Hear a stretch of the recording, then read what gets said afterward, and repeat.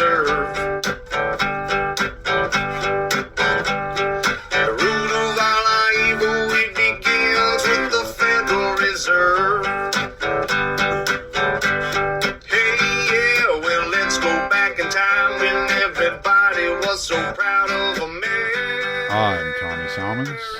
This is Year Zero. Today, Andrew from Popular Liberty joins me. Andrew joins me to talk about the genesis and evolution of government. We get into the mystical side of what is happening or what happens to governments and the left. And we try to tie in history, and especially biblical history, into what we're seeing around us and kind of make sense from a historical standpoint and a cyclical standpoint as to what we're actually seeing. I really enjoyed this conversation. I'll definitely have Andrew back on to talk more subjects of this nature, because it was really interesting to bounce these ideas that are bouncing around in my head off of someone. But first, RyanBunting.com. For all of your graphic design needs, go to RyanBunting.com. Ryan Bunting is a great libertarian and a great anarcho-capitalist. He's also a great graphic designer. He designed my podcast logo and Pete Quinones' podcast logo for Free Man Beyond the Wall. So go to RyanBunting.com for all of your graphic design needs and check out his book, Project Manicore. Thank you, Tom Burton, for the music. And also, an extra special thank you to everyone who donated to the Libertarian Institute during the fall fund drive. We did meet our goal the day I released the last podcast, and I really appreciate all of you donating. You don't have to wait to the fall drive, the fund drive, to donate to the Libertarian Institute. You can donate year-round. So, don't forget about us. Help us keep our lights on. Help us keep going. We are doing the Lord's work here. So, thank you guys. Appreciate every single one of you. Enjoy the show. All right. I am here with Andrew from Popular Liberty. What's going on, man? Hey, man. Good to be here. It's a pleasure to have you. I'm still, man, I'm still so nervous about this podcast. Your intelligence is intimidating to me. Is it really? Gosh, I try to downplay it, man. Don't be afraid. I'm very friendly. I don't bite, unless you're into that sort of thing. But not while everybody's listening. Yeah. We'll take that off podcast later. Okay, but so yeah, I know I've been wanting to have you on. I've been wanting to talk and kind of pick your brain about some things and let you kind of, put me in a different frame of mind, or at least help inform me on some of the things I'm already thinking about. So a lot of the journey I've been going down is in 2019. I started realizing that what I'm seeing happening around us in the world isn't just a matter of incompetence or disagreements ideologically. It is an actual form of evil that is taking place. It has kind of pushed me down this mystical kind of rabbit hole where I've really started studying spirituality and Christianity, Orthodox Christianity in particular. And so there's a lot going on in modern times. And I think about this. All right. So I think about this whole OSHA ordeal going on right now. This is like really on my mind right now because the company I work for is talking about like marching it out, and they're kind of looking at me cross-eyed because they told me what was going on, and I was like, okay, if that's what y'all want to do. And they're like, those are your options. I said, those aren't my only options. And I just left it at that, because like who are you to tell me what my options are? These are my decisions to make. So I look at the way it's being rolled out, the way that it's being pushed down our throats. I look at Biden and the things he's saying over, what John Kerry's saying about the the partnership between corporations and governments. And I'm like, these people are not working to the benefit of anybody but their own pocketbooks and their own power. And Yeah. they don't care. I wrote a Substack a few months. I guess it was in December of last year. Now it's almost a year now. Called "They Hate You," and I was just laying out like they're printing out all this money. They're doing all these things that are going to hurt you and your children in the future. They just hate you. They don't care. They literally hate you. So I mean, that's kind of my thought. That's kind of where I'm coming from at this point in time. Oh yeah, I mean you're dead on. I mean that's exactly what this is. This is why I talk about archotropism so much, because for them it's a zero sum game. It's like they have to, if you understand that okay, value is subjective. Well, okay, what that can mean two things. That can mean okay, you see wealth the way you and I do, that it's positive sum, and that we can have mutual gain. Or you can actually see it because its value is subjective. You can also see it another way, which is zero sum, to where I don't give a shit about your good. I want what's good for me, and if that comes at your expense, then that's fine. And I mean, this is another animating. This is an animating spirit of evil. It truly is, and it has its own incentive. It is its own incentive system. Yeah, and like that's the thing is like people are they're not like blank slates, but they have they can choose which incentive system do I want to follow. We call one evil. This is the one that's the archotropic one. That's the one about power, where if you view any and all forms of value as zero sum, if you view it as as its value in controlling other people.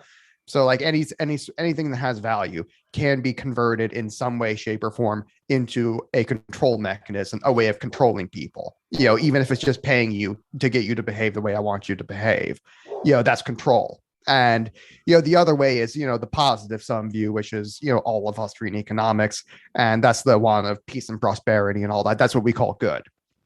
And yeah, so when you say that, like, hey, they hate you, they are only doing this, to benefit themselves at your expense, and they know it, and they'll gaslight you, to say, do or say whatever it takes just to get that to happen. It's like, yeah, that this is what they're incentivized to do. These incentives exist, and people choose them. I think that framing one side as economics and the other side as just power really misses the picture, because they're both basically economics. And that's the central problem of evil, is that actually there's quite a lot of good reason behind it. But not good reason, not moral reason, but there's very self-centered, selfish reasons for it. And it's you can be selfish and be evil, you can be selfish and be good. And it's like it's a matter of which incentive system you're choosing to follow. Yeah, well, and see, when you're talking about that, the incentive structure, especially there at the end, all I'm thinking is it never happens all at once. It always sounds like a good idea in the beginning, and so you're kind of led down this path that kind of it degenerates as you walk that path, right? Oh, and especially road to hell is paved with good intentions. Right. And maybe that's not for everybody, but the majority of people, they don't realize they're walking into the den of hell as they're walking into the den of hell. They don't realize they're selling their soul immediately, but eventually they get to a point where it's like, if I don't keep going down this road, it's going to be extremely painful for me. So the only way I see to save myself from the anguish of turning back away from this path is to continue down this road. Yeah. And then you end up drinking adrenochrome. Yeah, I mean that's it's that thing, is like you will lead yourself straight to hell, and it's easier to just keep going than it is to go backwards. And it's just that's just the way it is. That's its incentive structure, where it's always going to be easier to kind of play the get your wealth, get your sustenance parasitically, rather than productively. Production takes effort, that takes time, and your production value might not be worth much, but your predation value is as high as you want. You know, I mean, it is as good as you are, and or as good as your group is. And, this is why, why power always wants to, coalesce. It always wants to turn itself into a monopoly because that's its value structure. If you're fighting with someone, that has less value. Whereas if they just surrender to you, that has substantially more value. So if you're, decide that, your allotment in life is just to be a predator, you're here to be a parasite. And they don't consciously think of it this way. They think of, I'm the poor, I'm the victim. It's like, I'm a victim, therefore I get to aggress. Well, and that's Sun Tzu, right? The Art of War. Like you want to defeat your enemy before any shots are fired. Yeah, subdue them without fighting. That's exact words. That's exactly it. But that's its value structure. I mean, you think of if aggression has like a zero sum value structure, meaning that one person has to win, the other person necessarily has to lose. The person who is going to lose, they don't want to lose, and therefore they have an incentive to kind of resist. And the other person who's like the aggressor, they want that basically this is a power struggle, and so they don't want that struggle. That struggle is a cost to them, at least in terms of risk. It's like it's better if we just all gang up and then the victim sees that they have no chance of winning, so they just surrender and pay the piper to go away. And that's what that is. So if you think of it as, okay, if you and I are both parasites, and we're going to be like having our own turf or whatever to be predators on, it actually makes sense for us, instead of competing with each other for that turf, we're going to work together for that for that turf, because if there's two of us and only one of them, it's like, okay, that makes our odds better. If there's 4 or 5 of us, maybe we could form our own gang. We could hire a journalist to write some articles saying how we're actually helping out, and we're good men of the people and all that, or hire an accountant to make sure who's keep track of who's paid who's paid their protection money this month or not. And it's like we can start doing economies of scale and all that shit, but it always makes sense from our value point of view to always coalesce into a monopoly. That's something that's very different than the positive sum economy, where we can both have mutual gain and competition makes sense. But if you're in a power setting, it always makes sense to coalesce rather than to fight. The only time it doesn't is when we have to decide, okay, well, which of us is at the top? Because that's a scarce position. There can only be one, right? And so that's where you end up getting like the wars from, is that, okay, only one of us can be at the top and of this massive hierarchy. It's better if we work together, but only one of us can be at the top. So it's going to be me, obviously. And you of course going to disagree with that, like, what are you talking about? No, of course it's going to be me. Right. You see this beard? This is a lion's mane. Yeah. And yeah, no, and so you said you have hit on something I've often thought about. I got the idea from Roderick Long and the way that he defines libertarian class theory, right? And so you called the parasites out, and you called the productive class out, and so like. As far as I'm concerned, there are only 2 classes. There are the parasite class and there's the productive class. And when the United States was first formed, there were no parasites. Like everybody was actually like voluntarily working, but they held opposite, like separate jobs outside of government. And then they figured out how to become parasitic off of the populace. But the populace wasn't really happy about the parasitic nature of government. So what they figured out is we can turn some of the other population into parasites as well. So that's exactly what they did. They convinced the lower class to be parasites, while the middle class carries the burden and is the productive class. So you have this. It is a class struggle in the United States, but it's not what Marx would have called the class struggle. It's not a Marxist class struggle. It's not rich versus poor, it's parasite versus not. Yes, the parasite versus the productive, and it's them like feeding off of the productivity that we engage in on a day in and day out basis. And this is one of the things I came to a conclusion of. I said it I said it last night when I was talking to Reed, but whenever I started like really examining the parasite class versus the productive class, and I started listening to the way they talked about flyover states or the middle of the country, then I started realizing, oh, they can't stand us, but they can't survive without us. And they're Yep. aware of this, you know? They definitely are. And so when Reed and I were talking last night, he was talking about a truck driver strike and how people like want to see a truck driver strike. And I was like, I understand that knee jerk reaction to want to see a truck driver strike, but why don't we just strike certain areas?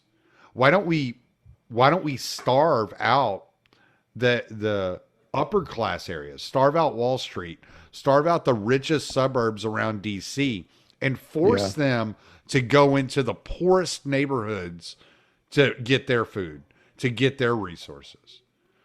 Yeah.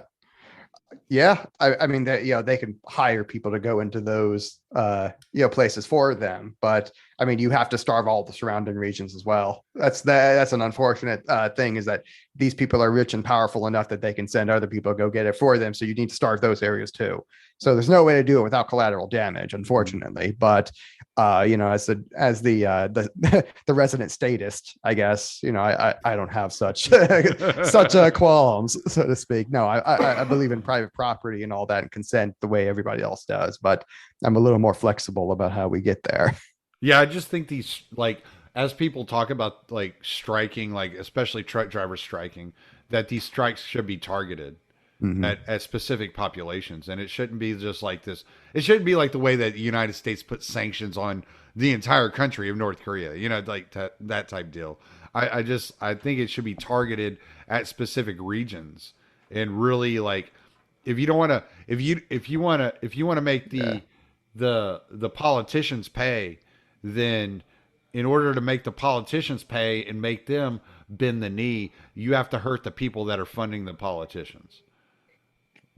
Yeah, I would definitely cause trouble in the capital cities. It's like those, if I were going to do it, that would be, if I were going to do a trucker strike, if I had the union power to kind of enforce that, it would be the capital cities I would target.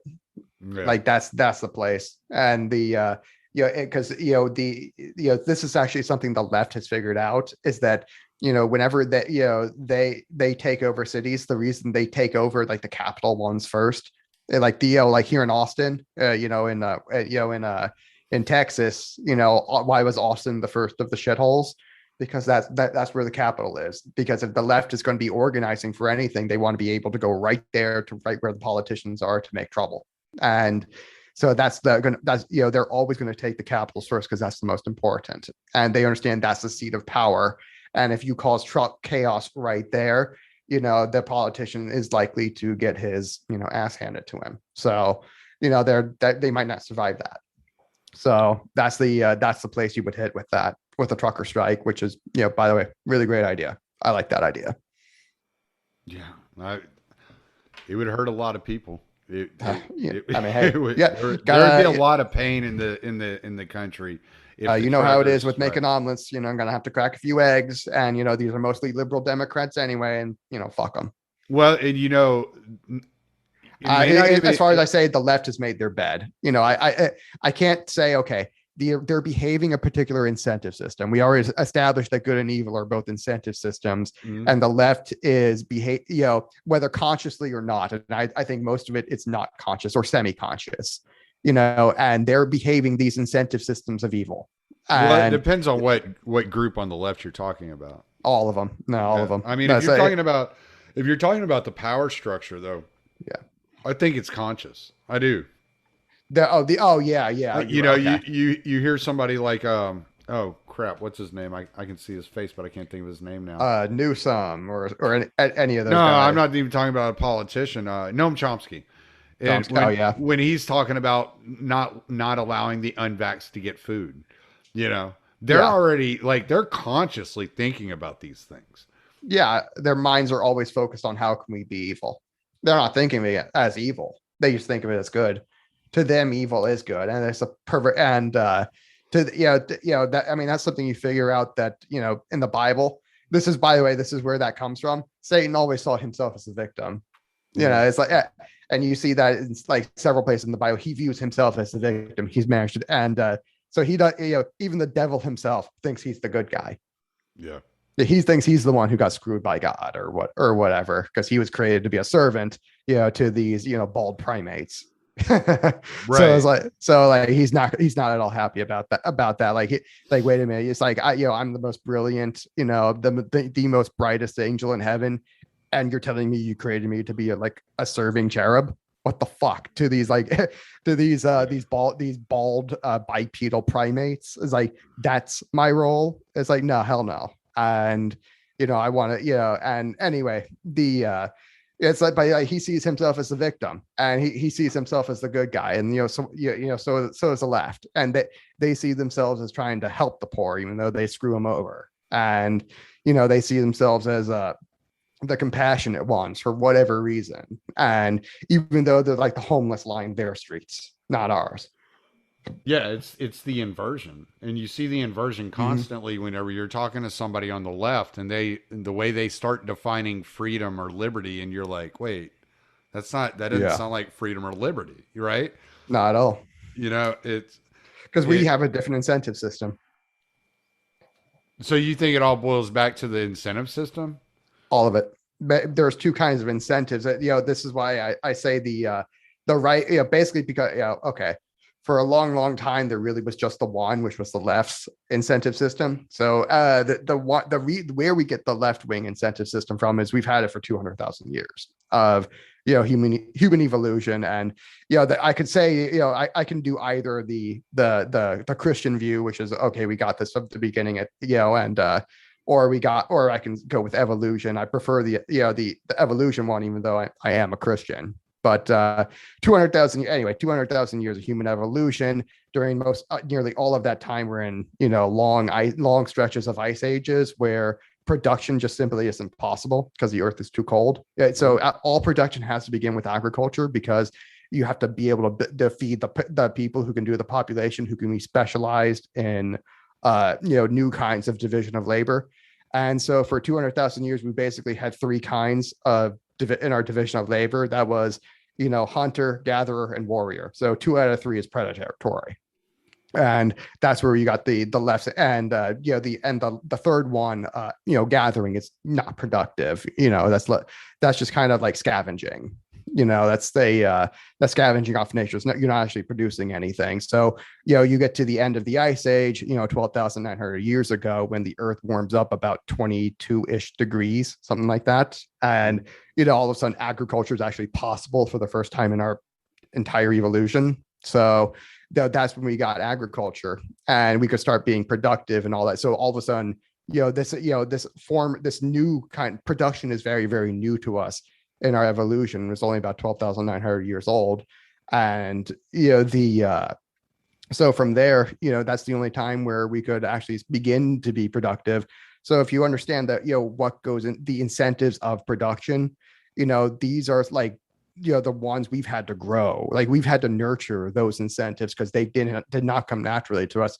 Humans are naturally predators, and we're natural, and that includes predating upon each other. So, when we say, this incentive system of predation, this is the incentive system of the left.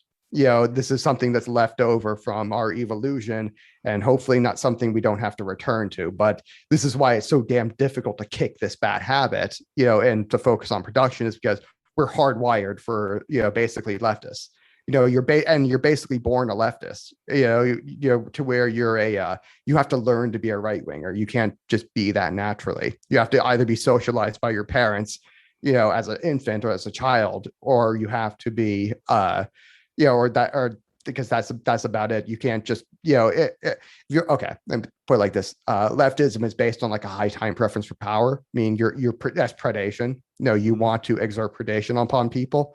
And so like if you understand like all high time preference behavior is net consumptive, so that's going to be decreasing the amount of wealth in your society, making the conflict more and more likely toward, which is where you would get a power, exerting power using predation becomes marginally more and more valuable the less and less you have in society.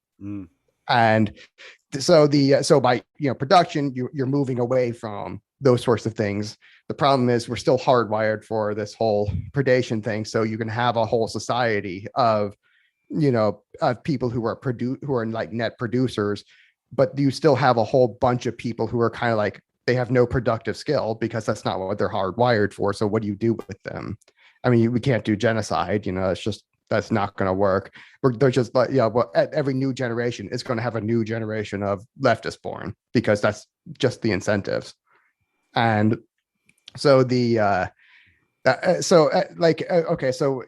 left-wing incentives are based on predation, right-wing incentives are based on production. I usually call these the right-wing ones, which we really started to master around 1500 years ago, around the time of the fall of the Roman Empire, when we had Christian monarchy. So basically, I say, gens, we get a little bit of production, where we can, like, we've kind of mastered agriculture just a little bit, and we mastered some other things like masonry and some basic metallurgy and stuff like that, and we kind of stay there for 10,500 years.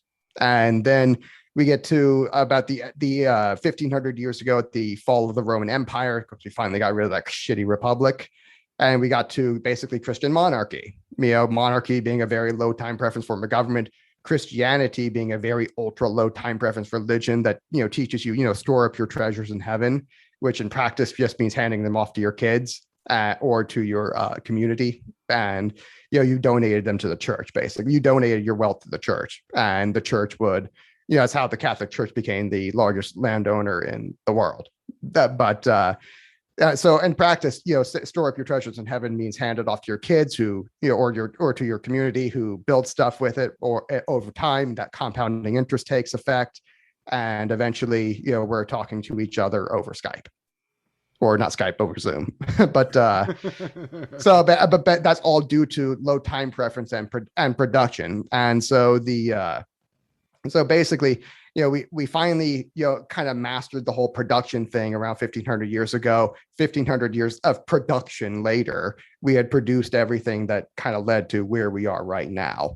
But this still doesn't come naturally to us. The other thing predation comes naturally to us, and what was the question again? I don't think there was a question.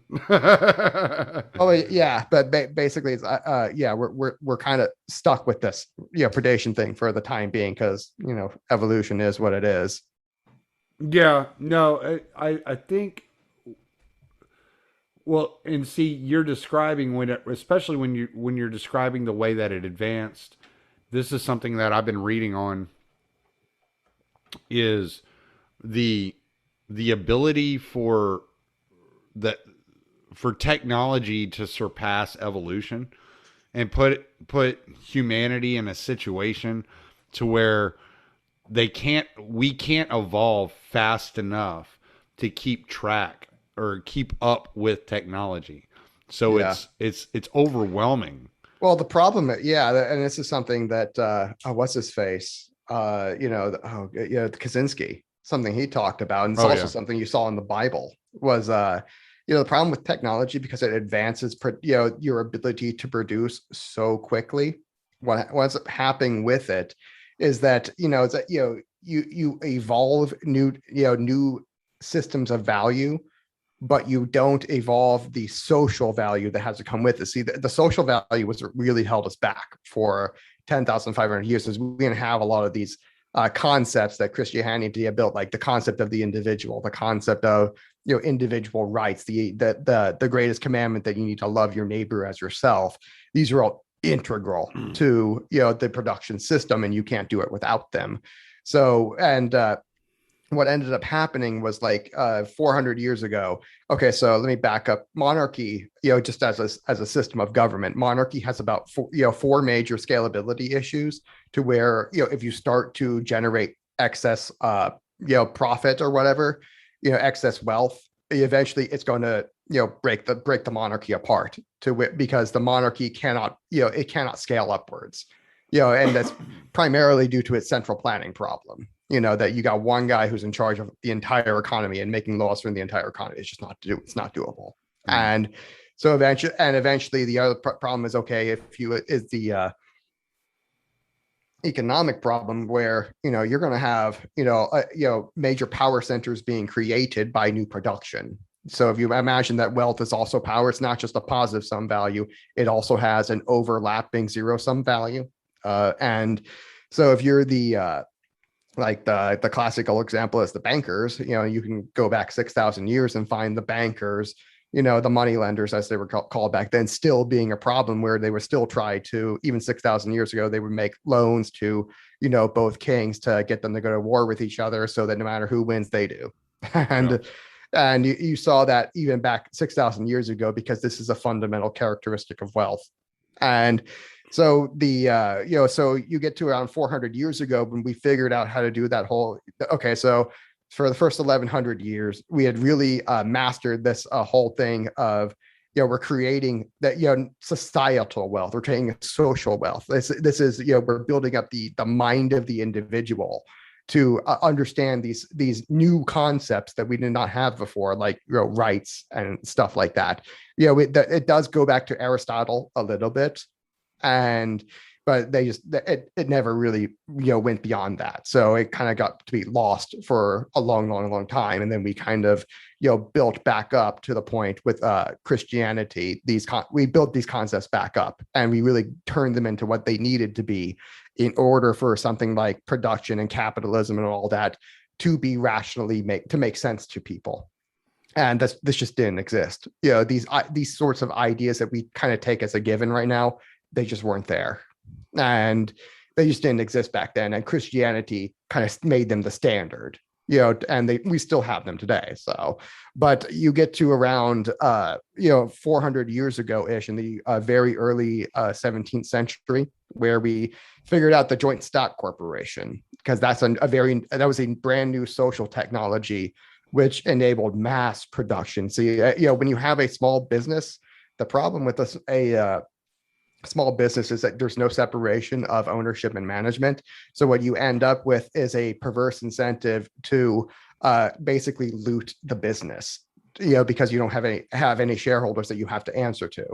So, to where, like, okay, it gets wealthy enough, and then there's like, basically you just want, the owner is going to want us to start taking money out of the business and giving it to himself. And the way, and this is the same problem you had, this is another major scalability problem, because but the monarchy we had was basically a small business. There was no separation of ownership and management of state. And so with the but by separating them, you get rid of all four of those scalability issues. And there are reasons for it. I won't quite go into it, but what you ended up with the joint stock corporation, imagine you have like three major entities, and one is like the customer base, the second is the management in the middle, and the third is the shareholders on top. Shareholders want profit, the customers want products at a good value, and management has to balance between them. They have to basically balance that to be maximized over time. And that's basically so what we figured out right there was love your neighbor as yourself, and we managed to do it in a decentralized way. That was what, and so let me back up. So with Christian love, the reason why we say it's a selfless love, that's this different than the secular version, which is not selfless, it's selfish. The selfish version, which is the one basically the left is always talking about, the one they're practicing, is a selfish kind of love, which is basically that's the one we've had for hundreds of thousands of years. And what that is basically a social equality mechanism. That's what because you can't rise without the other person, because because if I gain and you stop, you're not gaining, basically this person's going to get jealous and they're going to start trying to tear you down and trying to take more for themselves, or they're going to start feeling insecure, all that stuff. But when you, you'll always end up with an equality mechanism right there with the selfish version of it. But when you make it selfless, what that means is, ideally, I think we're speaking, all humans practice both, because we're humans and we don't have the ideals. But, if the ideal of Christian love, because it's selfless, that, what you just did, you turned it into it used to be a reciprocity or an equality mechanism. And by making it selfless, you turned it into a maximization mechanism, because now because now that myself is not a restraint on this equation, basically I want your maximum good. So it's always doing the maximum good for the beloved, and that's going to be balanced over time, because that's how you maximize good. You don't give it to them all at once, because that halts production, then there's no more good to give. So you're always going to balance it across time. And because that's, you always want to be producing more and more and more and more. And when they're doing the same thing for you, basically you have a system that self-balances and maximizes. It always, the maximum always moves upwards, because it's like, okay, your lover and your beloved, they're both, trying to maximize value to each other across time. That builds this bond of relationship, this relationship bond here in the middle. So you have lover, beloved, the love itself. And we talk about growing love. This is what we're talking about, where it's, producing all of these good things, love, joy, peace, patience, goodness, kindness, faithfulness, gentleness, self-control, all that stuff, fruits of the spirit. That's what they're called. That's what they're called. Basically, it's that triple incentive system where you have the two individuals and the relationship between them, which is basically personified. And what we did with the joint stock corporation is we managed to take that idea and turn it into a group thing and decentralize it through the price system. So now we have this maximization, this wealth creation engine, or really more like a dynamo almost, where you can maximize, production and wealth across time. And that was the first time we invented that. That was why, the Enlightenment happened when it did, was, basically we had this new thing was this invention of the joint stock corporation, which allows us to do this whole love your neighbor thing in a decentralized way, where I don't even have to know you in order to be able to do the behavior of love your neighbor. I can do my own production and transact it for value through a medium of exchange, and take it to you and give that value to you as if you're a shareholder. I don't even have to know you. I don't ever have to meet you. And I can exchange it through this medium of exchange, which is the corporation. That's the management in the middle, who's trying to balance, who's doing the job of balancing that production and consumption across time. And that's going to create a massive amount of wealth, which is then going to screw up your Christian monarchy, because now you have massive wealth creation, which can, expose all of the scalability issues of Christian monarchy. And then we got the shitty republics that we did, and that basically takes us into the present. Because republics don't have that scalability issue. They do, but it's different for them. They can scale quite a lot more upwards. That's why all of the biggest governments of all time have always been republics. Okay, well, I just unloaded. There's so much there. I know. Where would you like me to back up to? Well, let's okay. So one of the things I was thinking of whenever you're going through this is, I think it was Matt Erickson had said that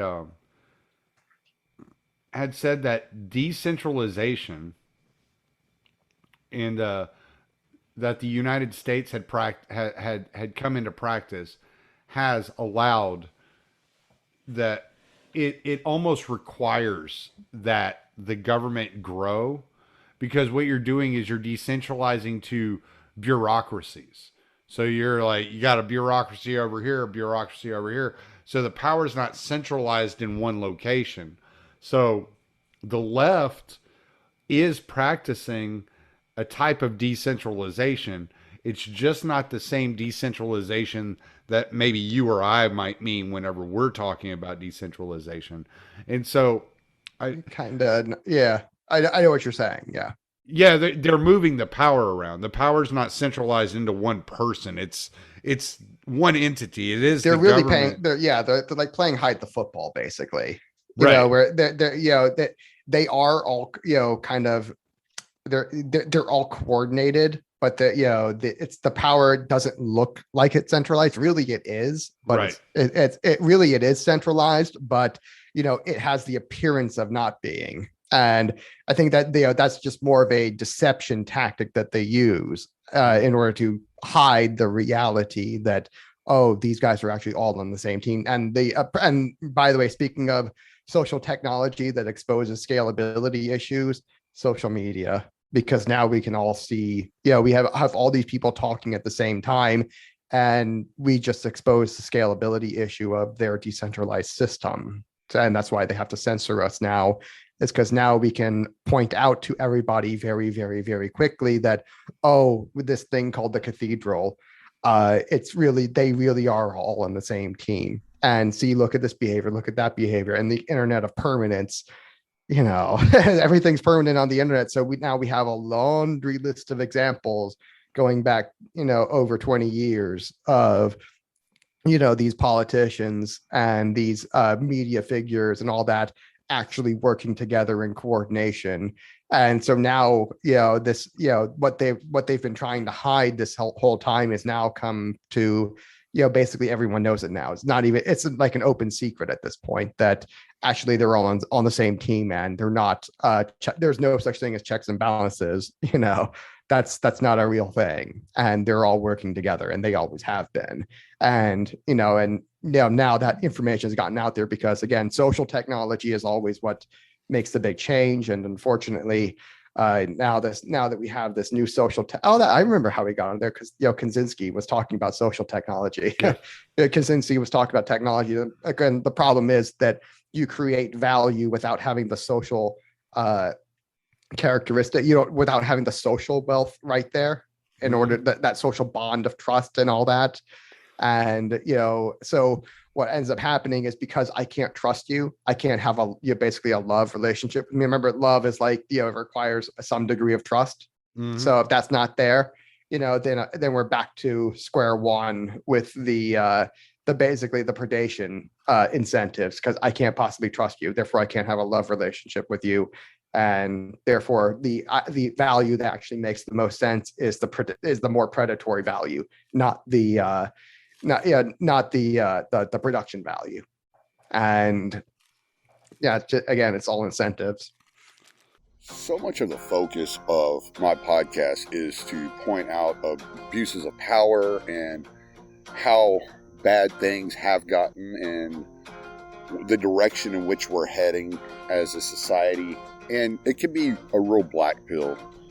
I've partnered up with Richard Grove to offer my listeners an opportunity to sign up to his Autonomy Course. The Autonomy Course is designed for people looking for solutions, people that want to shape their own future, people that are not willing to be at the behest of large corporations or the United States government or the banking system. The Autonomy Course is designed for those of you who wish to have complete control of the reins of your life, who are looking to be successful, to thrive and not just survive, to provide for your family by utilizing your existing skills and learning how to market and sell those skills in order to be your own boss, or learn new skills in order to leverage that into a new career opportunity. So if there's a job out there you've been trying to get or you've been wishing you could get, but you just don't have the skills for it, the Autonomy Course is the place for you to start, to learn how to land that position, to learn how to market yourself better, to gain confidence, and to be surrounded by a community of like-minded people that will encourage you and help you along the way. So use my affiliate links and go check out the Autonomy Course. It could be right for you. Well, I can't help but wonder, as we're discussing this and I'm seeing what's happening around us, and you know, they're really promoting this private public partnership between the corporations. I've done some episodes in the past on ESG, which stands for environmental, social justice, and Governance. corporate governance. And so I've done some episodes on that and talked about that. I have another one I'll be doing. Actually, I'll be talking to Thad Russell about that because I sent him a bunch of information about that a while back. And then you got this this whole what do they call it? The first first something coalition. Hold on, I got it pulled up right here. Just a side note, I can't wait till they really roll out the full implementation of the ESG score because I got the perfect way to turn that thing on its head. I might want to talk to you about that. I'm gonna put a tax on it. Yeah, progressive tax. You know, the higher your ESG score is, the more I'm gonna punish you. I can't wait to turn that thing upside down. Yeah, they but work so hard. It's called the First Movers Coalition, and it's a bunch of corporations. I think Apple just joined. I read today, that are partnering up with the government, right? Which it's not like we didn't already know this was happening. I mean, shocker, yeah. In-Q-Tel's been around for quite a few years, you know, funding all these social media organizations. So this isn't some big shocker to people like you and I that are keeping up with this, but they're normalizing it for people, and the way they're rolling it out, and the fact that people aren't like even pausing to ask questions like, wait, what is going on here? Like, why is the government partnered up with corporations, and all the contracts that the government gets are going to these corporations that they're partnered with? Oh, and suddenly OSHA is mandating that we like subsidize big pharma directly out of our pocket instead of robbing it from us through taxes and giving it to them under the table. Now it's mandatory that we go pay big pharma to take their test or take their vaccine or whatever we have to do to keep big pharma making more money. And ivermectin's not good enough, but a drug that is almost the exact same formula is perfect for COVID. And it's just like, this stuff is it's so transparent, yet nobody's seeing it. And the more I look at this, the more I turn back to the original subject I had brought up to you earlier, is that they're building every time man tries to build something to perfection, to duplicate the image of God, they end up with a Tower of Babel of sorts. And so, and that's why I'm so interested in that point in time where the Israelites were begging for a human king and not just God, you know, because it seems to me like that action that happened there is what caused everything that's happened since, because ever since they got Saul as the king and realized how fucking horrible human kings actually are, they're trying to replace God. And now that we're just doing it bureaucracy on top of bureaucracy on top of bureaucracy. Yeah. I mean, they're instead of, basically, with the Israelites, you had like 400 years of what was basically a Hoppian anarcho covenant. And it's like, it wasn't a theocracy, as a lot of atheists like to claim. It was not a theocracy at all. And it shows because the religion was voluntary. And that for fact, because they didn't follow it. And repeatedly, they did not follow, the religion. And, if it had been a theocracy, there would have been someone there to enforce it. And there was no force on it. And in fact, the way they did criminal justice was, you maybe got a trial by elders, but more likely it was like mob justice or individual vigilante justice. And that was how, and basically everyone had the power of the law behind them. So you had a universal police force. You didn't need police because everyone was police. And so, you also didn't need a military because everyone was military. And if you got invaded, everyone had to go fight except for the women and children, but obviously. And that was the covenant they swore to, and it was voluntarily sworn to, and it was basically done as a part of an HOA. It's basically done like an HOA where the covenant was tied to a land. You couldn't buy or sell land without adhering to the covenant.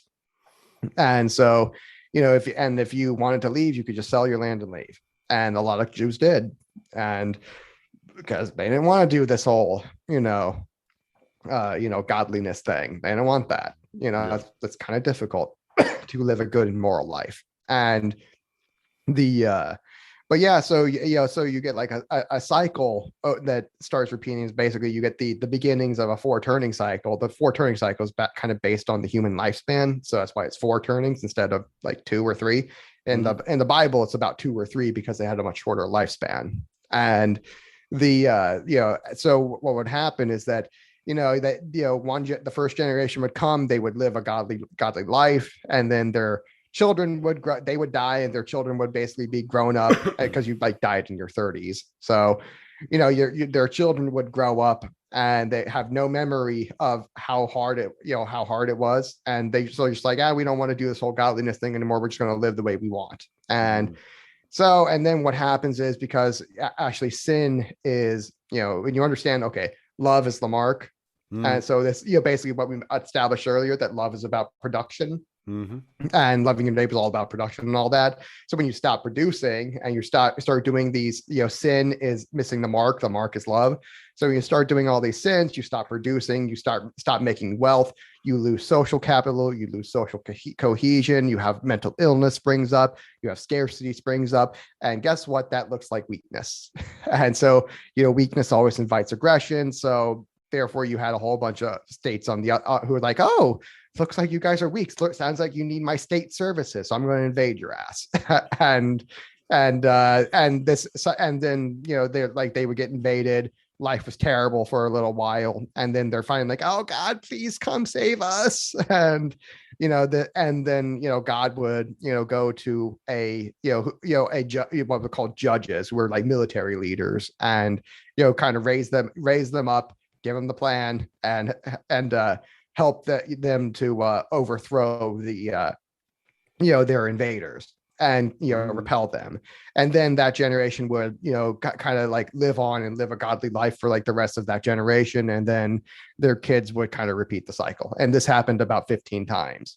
So you get to the end of that time period of judges, where they're basically having a Hoppian anarcho covenant.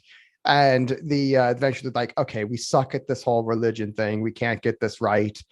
Can we just outsource this protection problem? Because they kept getting invaded. They got invaded like 15 times and were successfully taken over 6 times. And so it had gotten to the point where they're like, oh, fuck this. We have a security problem, and what would help is if we had a king who could actually protect us.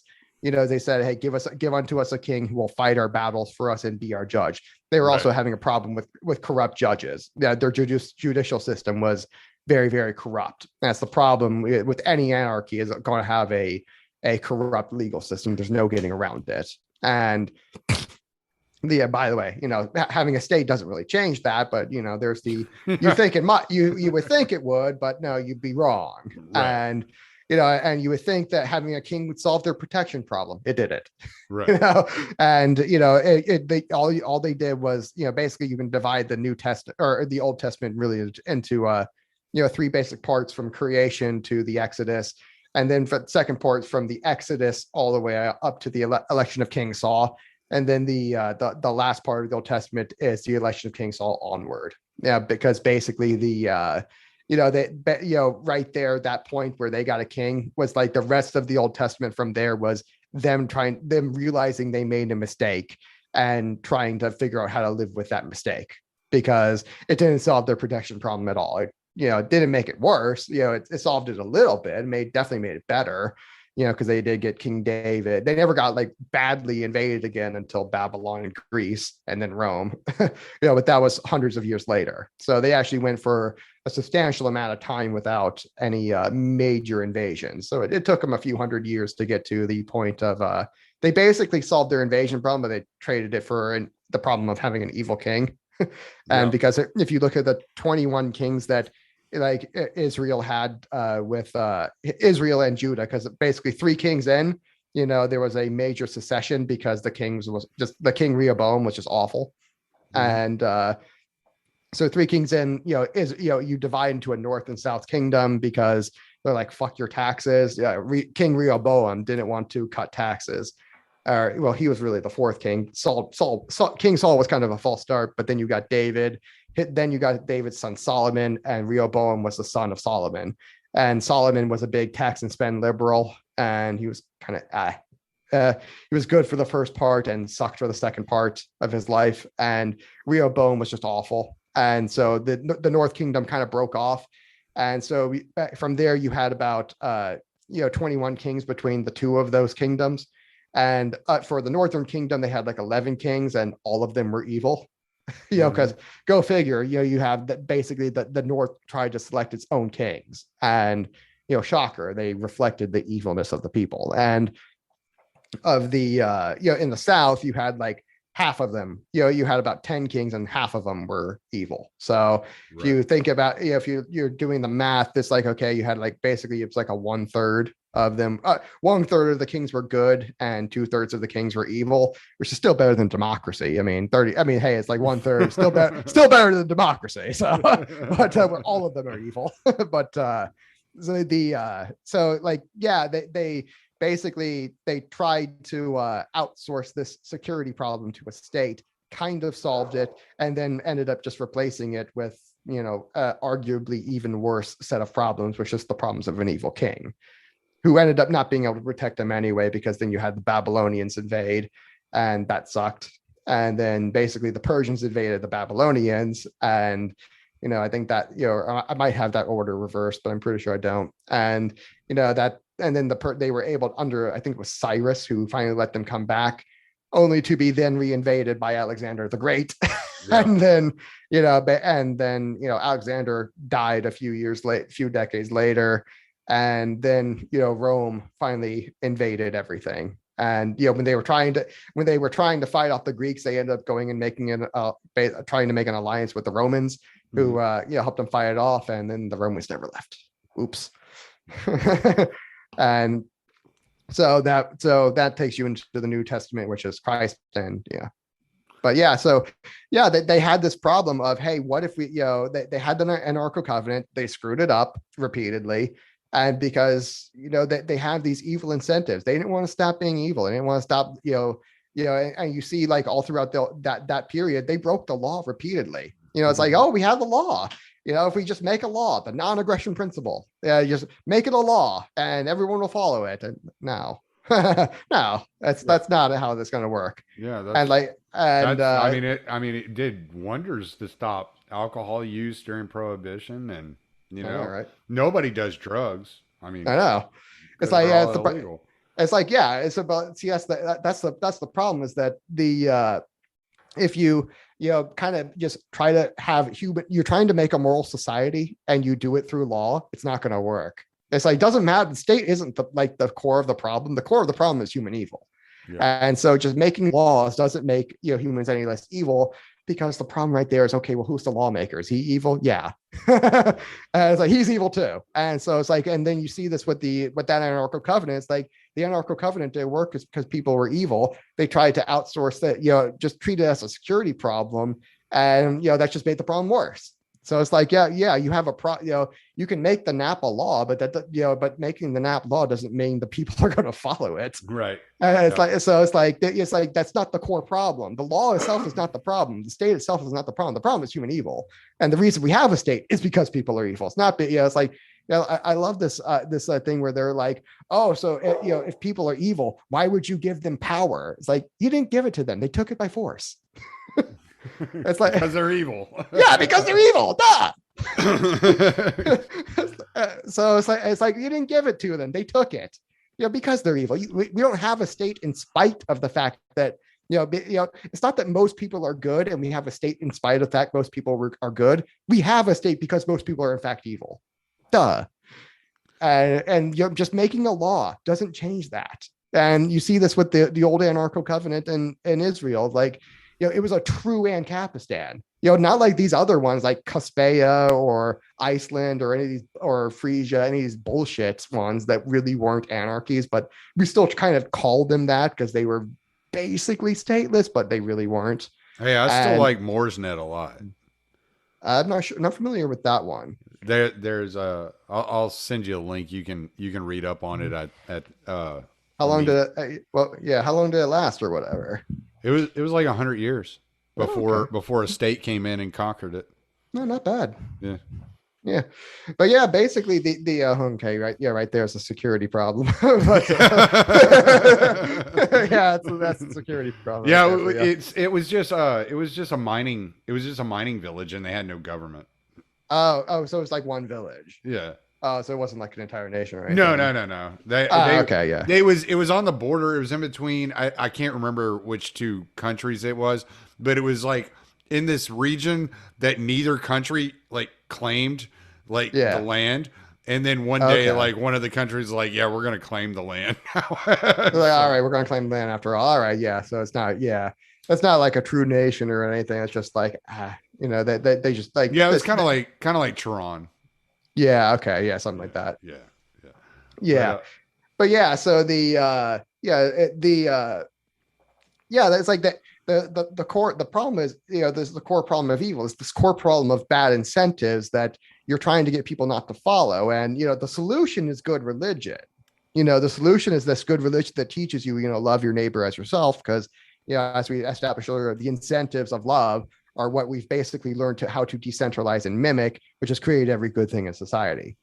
And I got to go here, because you keep bringing this up and it keeps like triggering this in my head. And so I got to get here. So have you ever read this book?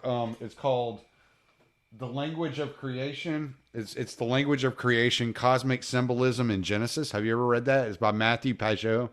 No, have not read that one yet. Brother. Okay. I've heard of it, but it's really good. It's really good.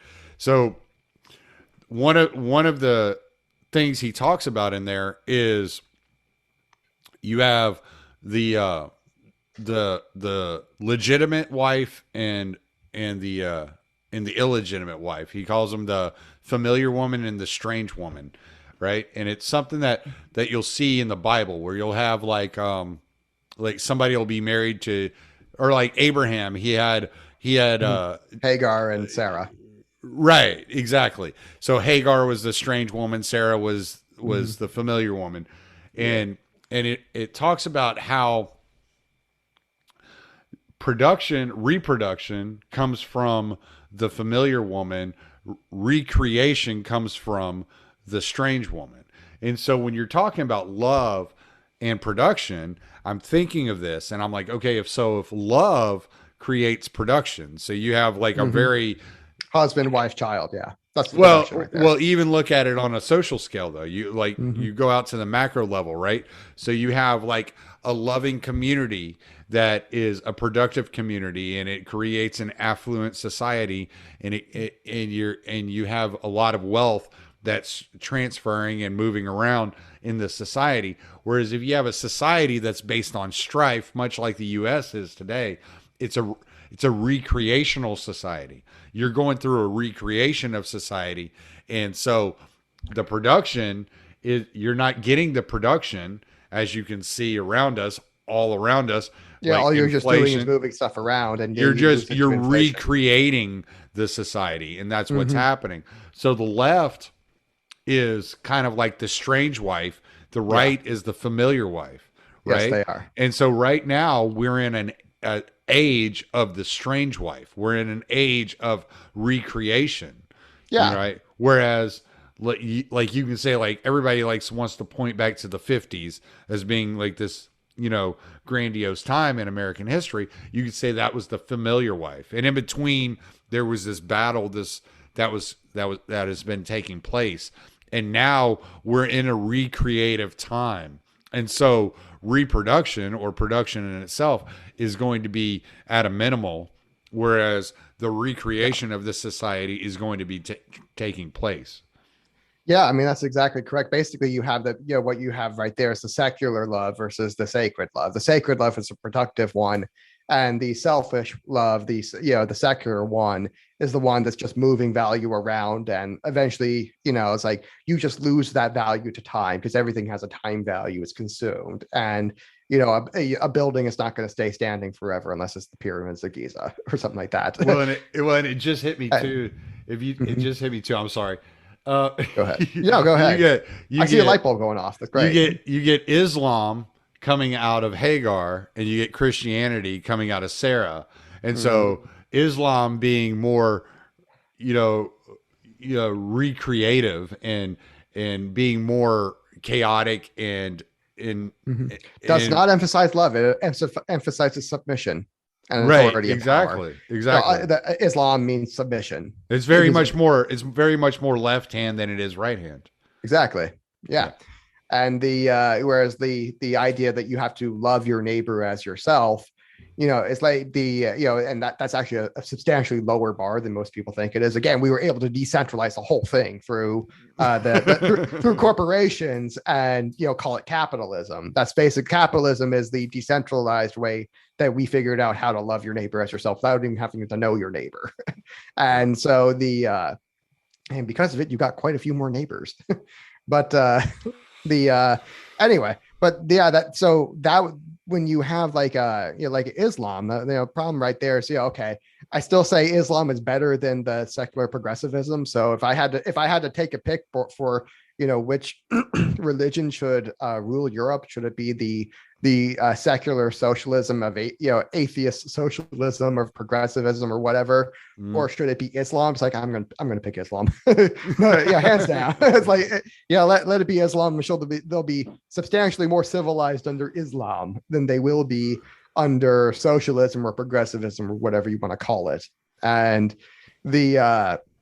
so yeah, I mean that but of course Islam is not going to be big on building civilization, because again, they don't emphasize the whole love your neighbor as yourself. They emphasize submission to Allah and to the will of Allah. And and there's just a lot of, and the problem with one of many problems with that is that that the way, because it's all based on submission, that means there's no market correction mechanism. So basically it's hardwired to be exactly this way. That's why it really hasn't changed much since the since the 8th or 9th century. It had to invent itself a little bit in the early 7th and kind of midway through the 8th century, where it's inventing itself, and not just through Muhammad, but through the first generation of caliphs. And but after there, it's basically set in stone, hasn't changed in basically 12 or 1300 years. So it's still the same religion. That's the problem with locking it in. That they basically broke the adaptation mechanism, when they made it not based on market demand. So whereas Christianity doesn't have that problem. Christianity has been able to really update itself over time because of that. That love your neighbor. It's sensitive to market demand, if you want to put it that way. It's a really crude way of putting it. But there is like the way capitalism can reinvent itself and can be adaptive over time, creative destruction and all that is through this market demand, supply and demand mechanism, which is again, just, love your neighbor as yourself, decentralized. Right. And so Christianity is proved to work universally. Yeah. And again, it's a universal, these incentives are universal. And basically once a few monkeys in Europe figured it out, all the other monkeys around the world were able to copy it. Mm-hmm. And so that's how the idea spread itself across the globe.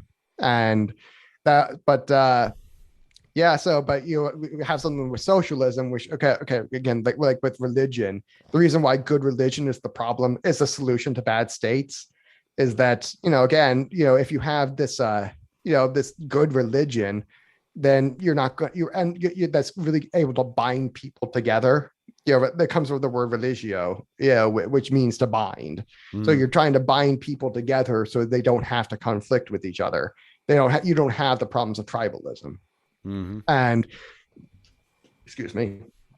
But so when this thing can bind people together good enough, The problem with, without the use of force, because the moment you have force, it's like, okay, well, force is anathema to love, because, again, selfless love has to be voluntary by nature.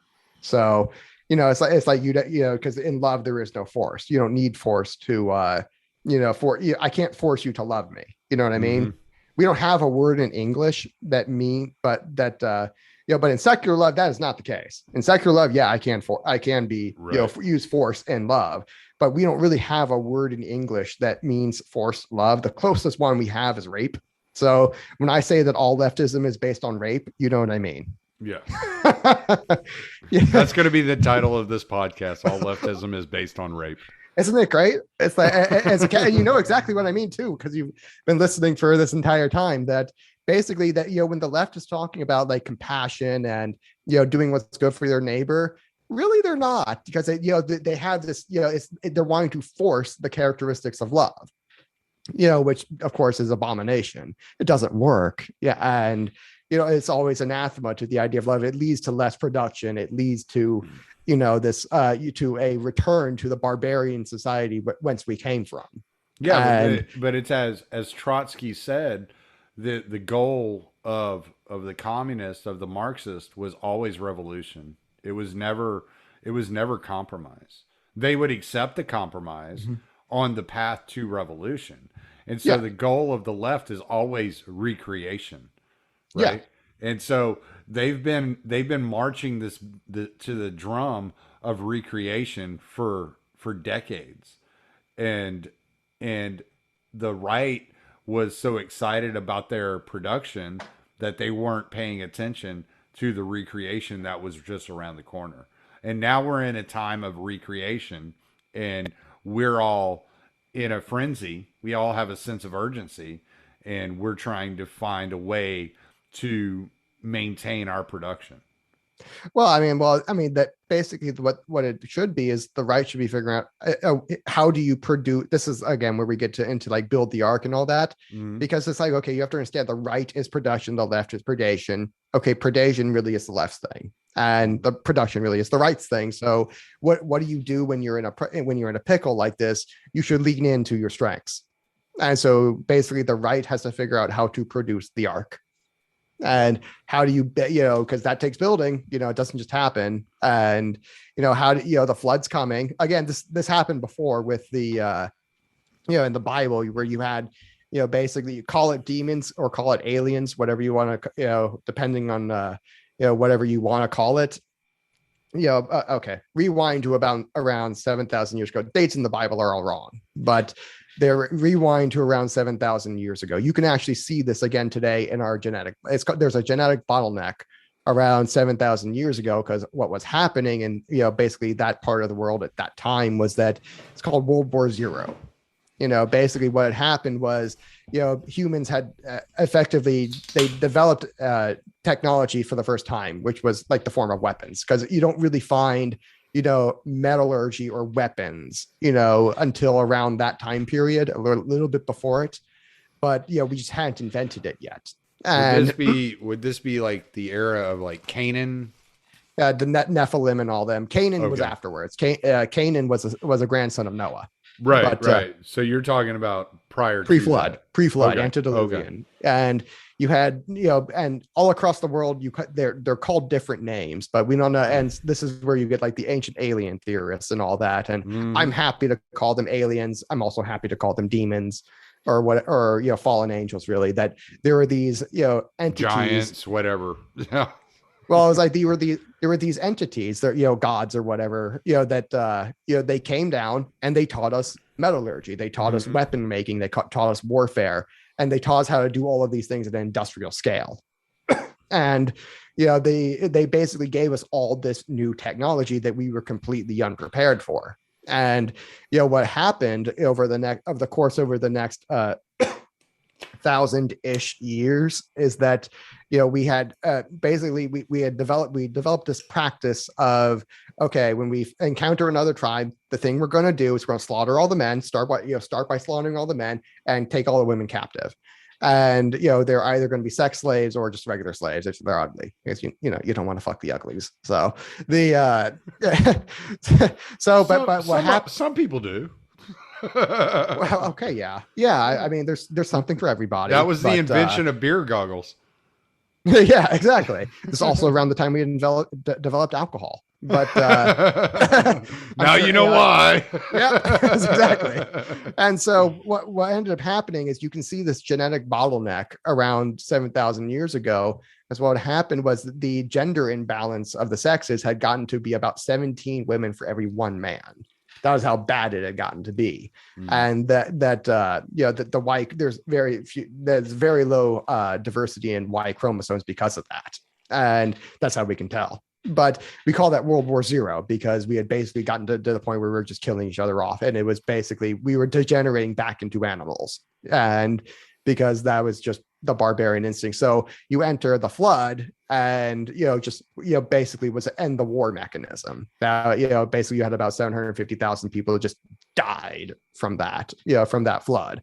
And, by the way, the 8 people to really survive that in that particular area, because this was a kind of a more regional thing, was, basically Noah and his family, who were really, really, really fucked up of a family. That was it says he was righteous in his generation, which you have to understand, like the worst generation of humans ever lived. It was hell on earth back then.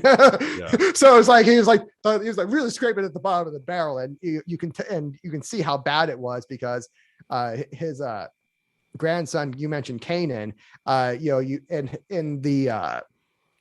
other mythologies, because all mythologies are basically the same. They're different retellings of basically the same story. In Greek, his name is Cronus, and Noah, in his name in Greek is Uranus. And if you remember the story of what Cronus and Uranus, Cronus basically castrated Uranus. Yeah. And so you see in the Bible that, why does Canaan get the curse instead of Ham? Ham supposedly saw his father's nakedness or whatever, but somehow Canaan got the curse. Yeah, I was actually just about to ask you that. Yeah, because that was what happened. Noah got castrated. Oh. That was what that was. So it was a fucked up family, so to say the very, very least. And anyway, so basically this whole technology thing has happened before, and it causes problems when we get technology we're unprepared for. And I took a detour there. I forget why. Let me back up. Where were we? Oh shoot, where were we? We were talking. We got to the incentive. All leftism is based on rape, and we had gone from there. What was it? We were at all leftism is based on rape, and they are trying to find where new technology happens again. Shoot, where were we? I don't know. I was just listening to you go, and I'm just soaking it in. Like all I keep thinking is I need to look up World War Zero. Like that's World War Zero. But it's like that's actually the article that's written about this is actually called World War Zero, and that's where you get that from. But basically all left. Oh, so these incentives are always going to be there. Religion is the thing that binds us together and kind of gets us away from treating each other as treating each other as means or whatever, treating each other in this barbaric way. We got to the problem of today, where you were saying, okay, we were I was talking about how the left thing is all about recreation and the right is all about production. And the revolution is always the goal. That's always the goal. And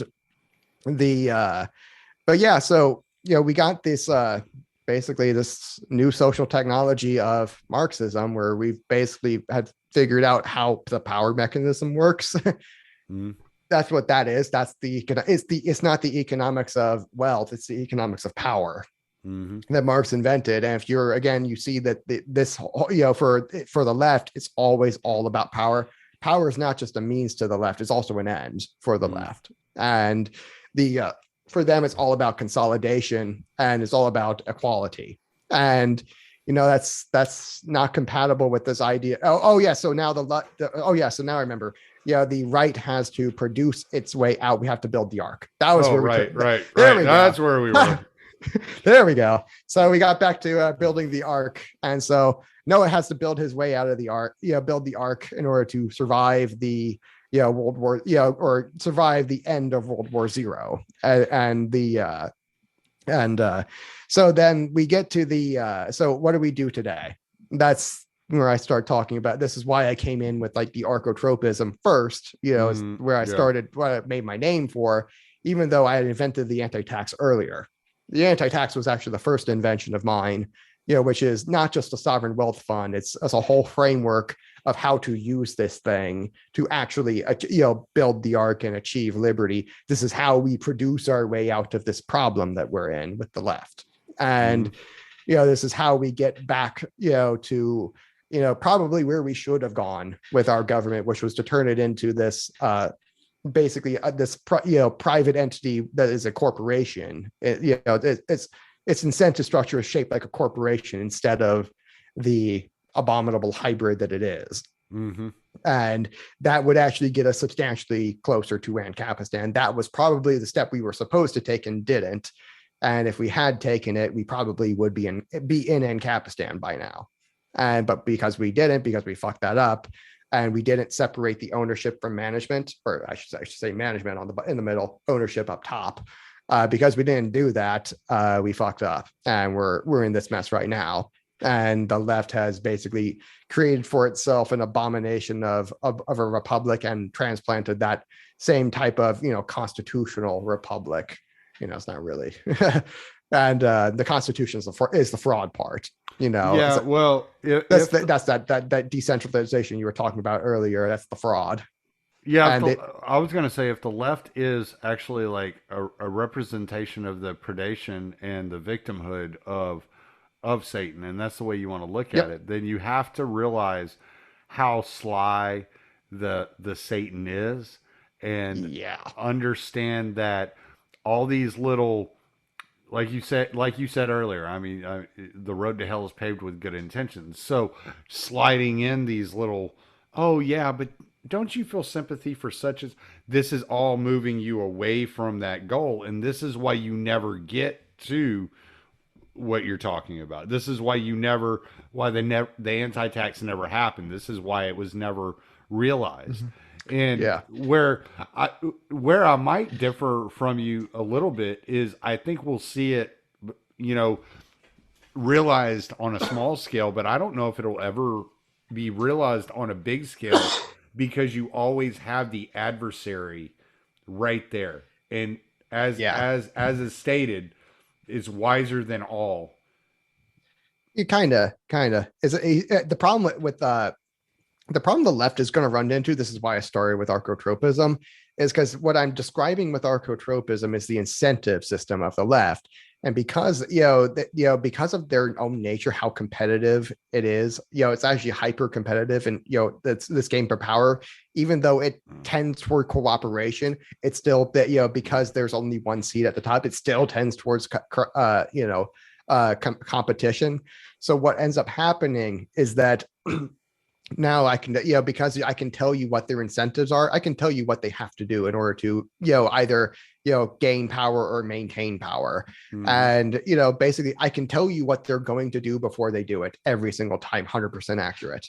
And, like in 20, in the lead up to 2020 in December, that was when I started panicking over COVID, because I could see what it was. And I had this archotropism in my brain to where I can see this the way the left is going to see it. And I know what they're going to do. So what did I do is I started panicking in early January, and I, took the proper bets in the stock market, parlayed that into, realized that the stock market was going to crash. The Fed would try to, slam interest rates back down to zero in order to try to stimulate the economy and restart all the quantitative easing. 2 weeks after they do that, since the 10-year treasury is tied to mortgage rates, but on a delay of about 2 weeks. So that's when the mortgage rates are going to hit their all-time low. So that's the time I'm going to lock in the house. I nailed it within about 2 days of the all-time low for mortgage rates. I bought myself a house, and of course, with all-time zero loans, now you're going to get a massive influx of 1, new purchases, and 2, refinances. which are going to drive and also home improvements because everyone's going to get locked down. So now we're going to be having a lot of, price rise in housing and all that. Not trying to brag here, but I'm saying I can see what they're going to do. I know what's going to happen because I know the incentive. Once you know the incentive of people, you know what's going to happen, what they're going to do, because people are extremely consistent with their incentives, not their ideas, not their ideologies. Their ideologies are all bullshit, but their incentives are, what they will definitely behave, because that's what pays them, as it's a universal behavior hack to pay someone to do what you want them to do. So it's like, I know what their incentives are. I know how they're getting paid. I know how they're getting rewarded. I know what they're going to do. And so when you have basically my house is worth like, 50 grand more than I paid for it, a year after I bought it. Yeah. And because I can see what the state and the Fed and all of them are going to do before they do it. And that's why, so when they, with this problem of Satan, he's sly, but it's only because everyone else is ignorant. They don't understand the incentive. And once you can master these incentives of power, because they're not just separate, they're not just in competition with the with the incentives of production or love, as I like to call it. They're not just in competition, but they actually overlap. So they actually are, because value is subjective. Again, you can view the value of wealth either as as zero sum or positive sum, and both are equally valid.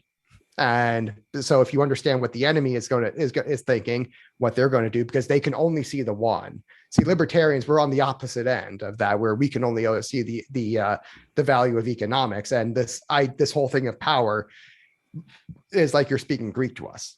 It's like they just do not. Libertarians do not have an understanding of power. They should, because they have the Austrian lens, where they should be able to see it, but they just never developed that. That's why I had to develop archotropism first to explain the problem, and then I can propose the anti-tax as the solution to it, because I know what the left is going to do with the anti-tax, and I know how it's going to backfire on them.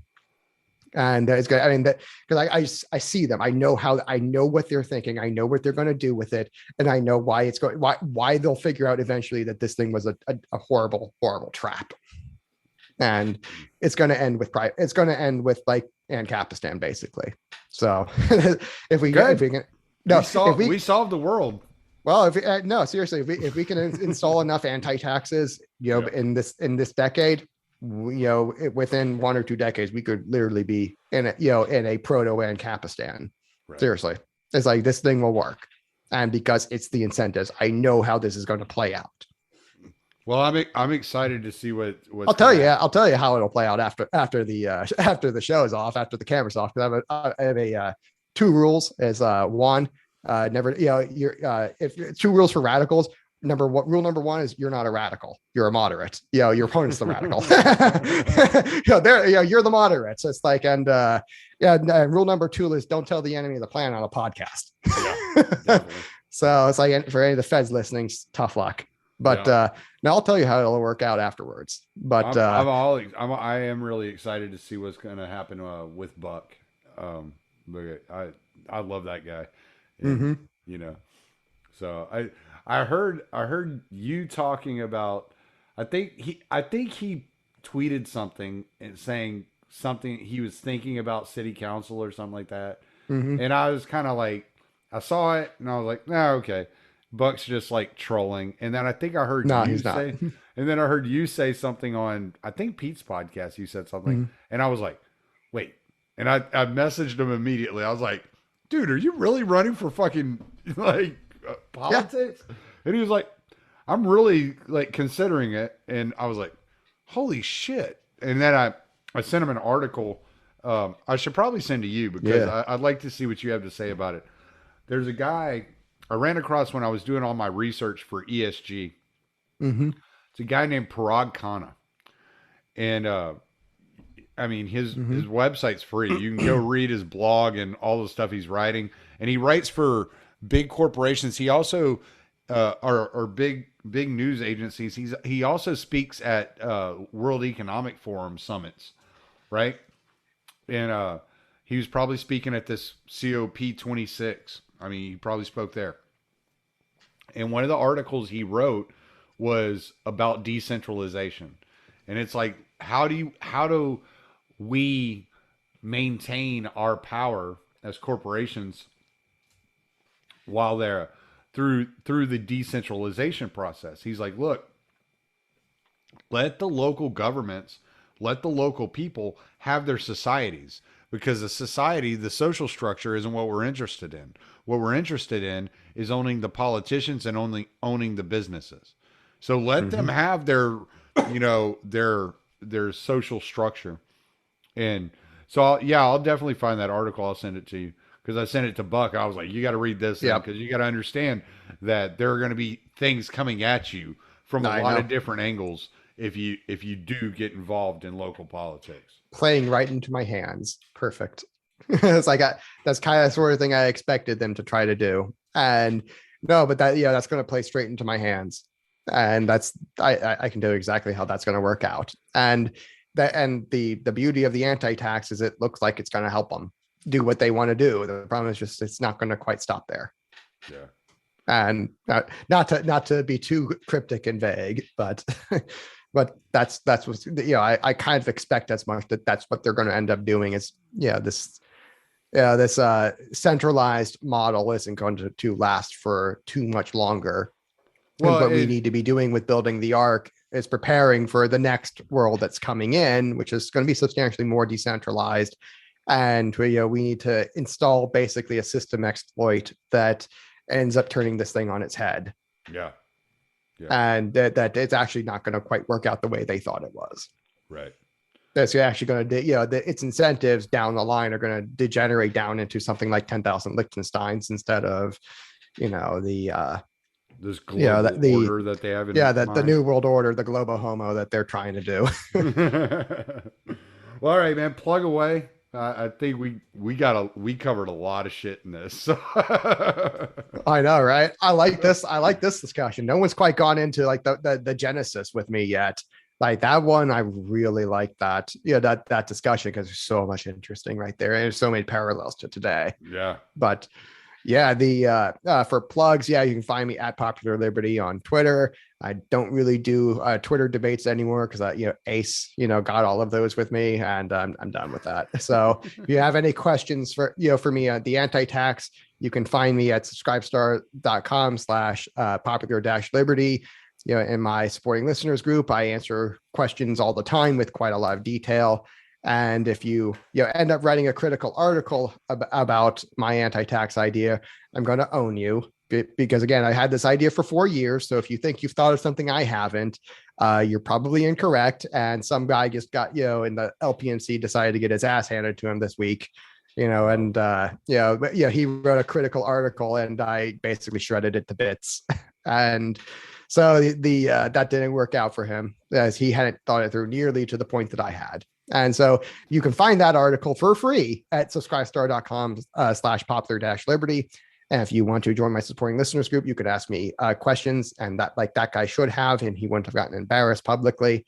So and if you want to help install this anti-tax, which is the Ark, this is how we're going to get to Ancapistan, then you can support for at least $1 a month at misesgop.com/donate. And even $1 a month is plenty, because if I had a tenth of the budget and a tenth of the population of the LPMC, we'd be done by now. That's it. It's like mine's not just better; it's cheap. It's also cheaper and faster. All right. Well, I'm going to stop the recording there, and we love you, Ace. I love you, Ace. He's a good guy. You keep debating Andrew. He'll be back. Nah, but Ace is a good guy. I'm kind of done with debates for a little while. So yeah, he's swell guy, really is. If you're gonna play scam, pick and choose, well, it's a game that was made for you to lose. It doesn't really matter how many times, it's the same old worn out stories, same old lines. They're all pointing dirty fingers in hypocrisy, bragging on their feats of mediocrity again.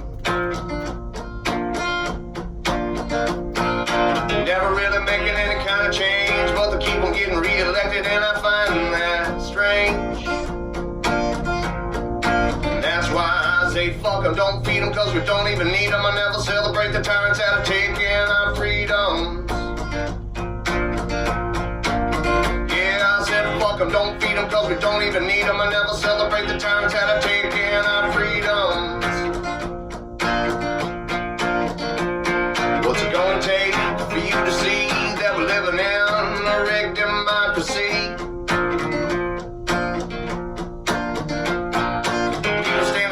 The things that they've been choosing, paying no attention to the rights they keep on losing. But they all gather in the rallies and they chant their names, on goddamn well that it's all gonna be the same.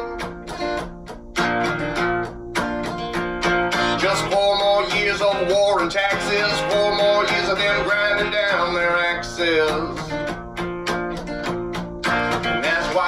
Say fuck 'em, don't feed 'em, cause we don't even need 'em. I never celebrate the tyrants that are taking our freedoms. Yeah, fuck 'em, don't feed 'em, cause we don't even need 'em. I never celebrate the tyrants that are taking our freedoms. Yeah, I said fuck 'em, don't feed 'em, cause we don't even need 'em. I never celebrate the tyrants that are taking our freedoms.